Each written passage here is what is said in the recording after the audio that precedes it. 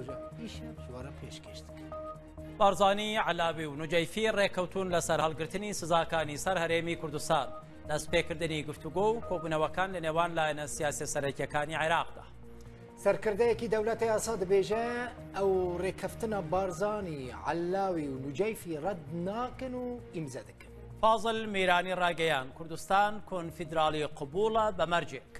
حاکمی بەغدا کورد بە غەشیم نەزانێت دان بە دەوڵەتی کوردستاندا بنێت.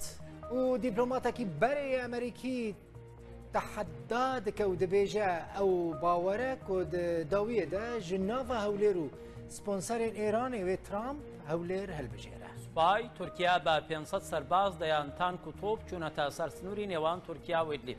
نیازیان هەیە ئۆپراسیۆن ببەنە ناو ئیدلیب. و بەرپرسێ دۆسیا سووریە و ڕۆژاوای کوردستانێ دە دیوانە سەرۆکەتیە هەرێمە کوردستانێدا دکتۆر حەمید دەربەندی لە سەکرەتەرێ پارتیا پێشڤەڕوو ڕەت کرد و گوت وان توجاران دەریە سینووری نەگرتنە و ڕۆژانە 400 کەس ژێ زێدەتر دەچن و تێنە کوردستانی.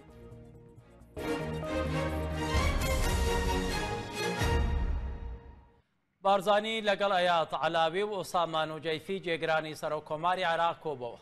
کۆبوونەوەکە بەر لە دەستپێکردنی پرسەی تاڵەبانی لە سلەیمانی کرا. هەردوولا لەسەر میکانیزمی دەستپێکردنی دانوستاندن لەگەڵ بەغدا قسەیان کرد. سەرۆکایەتی هەرێمی کوردستان بڵاوی کردەوە لە کۆبوونەوە سێقۆڵیەکەدا گفتوگۆی بارودۆخی ئێستای عێراق و چۆنێتی چارەسەری کێشەکان کراوە. فواد حوسەین سەرۆکی دیوانی سەرۆکایەتی هەرێمی کوردستان ڕایگەیاند لە کۆبوونەوە سێقۆڵیەکەدا لەسەر 4 خاڵ ڕێکەوتون. یەکەم دەستپێکردنی گفتوگۆ و کۆبوونەوەکان لە نێوان لایەنە سیاسیە سەرەکیەکان لە عێراقدا بۆ هێورکردنەوەی بارودۆخەکە. دووەم کۆبوونەوەکان لەسەر ئەجێندای کراوە ئەنجام بدرێت. سێهەم هەڵگرتنی دەست بەجێی سزاکان لەسەر هەرێمی کوردستان. چوارەمیش دەستپێکردنی کۆبوونەوەکان لە داهاتوویەکی نزیکدا بە پشتبەستن بە میکانیزمێکی تایبەت بۆ هەماهەنگی بەردەوام. ئەیاد علاوی ژەڕووداوێرە گوت کێشە نافخۆییە و مافی دەولەتێن دەردۆرێ تونەیە و دەست بخن ناوە کێشەی. دەوێت دە زووترین دەمدا بەغدا جەزایان سەر گەلێ کوردستانی ژێراکە. علاوی گوت دەوێت پرسکرێک بە دیالۆگێ وەرن چارەسەرکردن نە بە مزایەدەیان.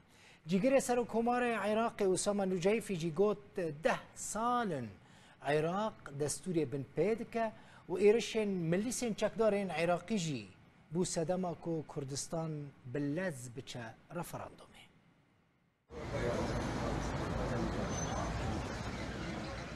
دوو پیاوی سیاسی کە دەستیان لە داڕشتنی بەشێک لە نەخشەی سیاسی عێراقدا هەیە لە سلێمانی. دانەوەی دەرگا داخراوەکانی نێوان عێراق و کوردستان بکەنەوە.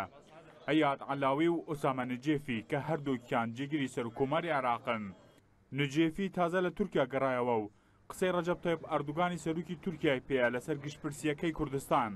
ئەیاد علاویش دەست پێشخەری هەیە لەگەڵ بارزانی کۆبوونەوە. نوجێفی هەندێک لە ئەنجامیان جیندای سەردانەکەی بۆ تورکیا و کۆبوونەوەی لەگەڵ بارزانی و ترسی کورد لە عێراق ئاشکرا دەکات. لە نزیکەوە هەڵوێستی تورکیامانزانی کاتێک لەگەڵ سەرۆک ئەردۆگان کۆبوومەوە. کۆبوونەوەی ئێمە لەگەڵ سەرۆک بارزانی گەلێک گرنگ بوو. هەڵوێستی تورکیا ڕوون و ئاشکرایە کە دژی گشتپرسیە و دەیەوێت ڕاستەوخۆ لەگەڵ بەغدا هەماهەنگی بکە. ئێمەش دەڵێن دەبێت کێشەکە لە ناوخۆی عێراق چارەسەر بکرێت. پێویستە گفتوگۆیەکی ورد بکرێ بۆ چارەسەرکردنی کێشەکان، چونکە ئەوە 10 ساڵە لە عێراق دەستور پێشێل دەکرێت.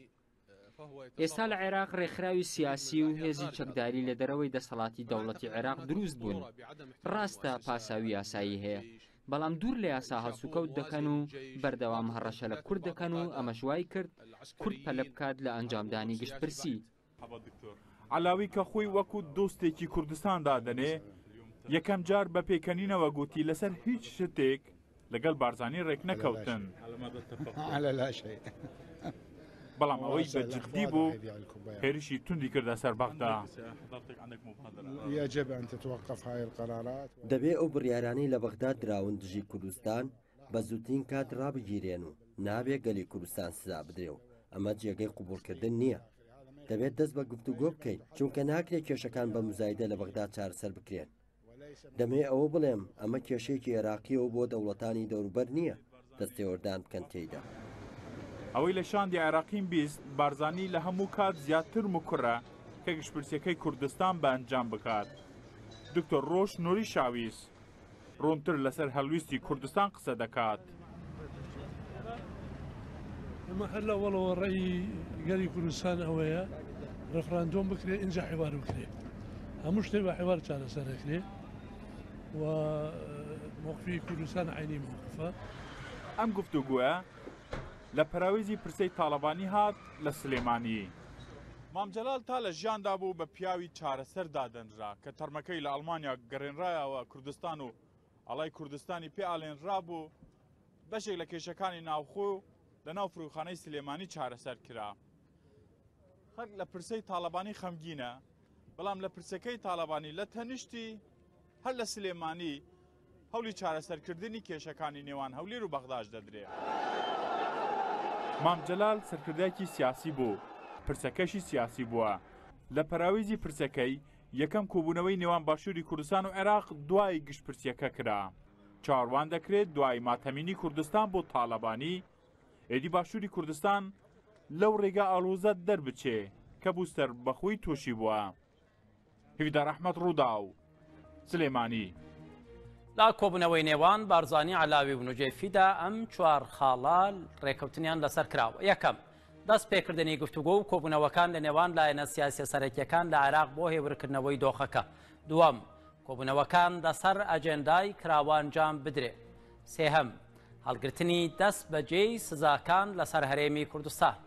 چوارەم دەستپێکردنی کۆبوونەوەکان لە داهاتوویەکی نزیکدا بە پشتبەستن بە میکانیزمێکی تایبەت بۆ هەماهەنگی بەردەوام.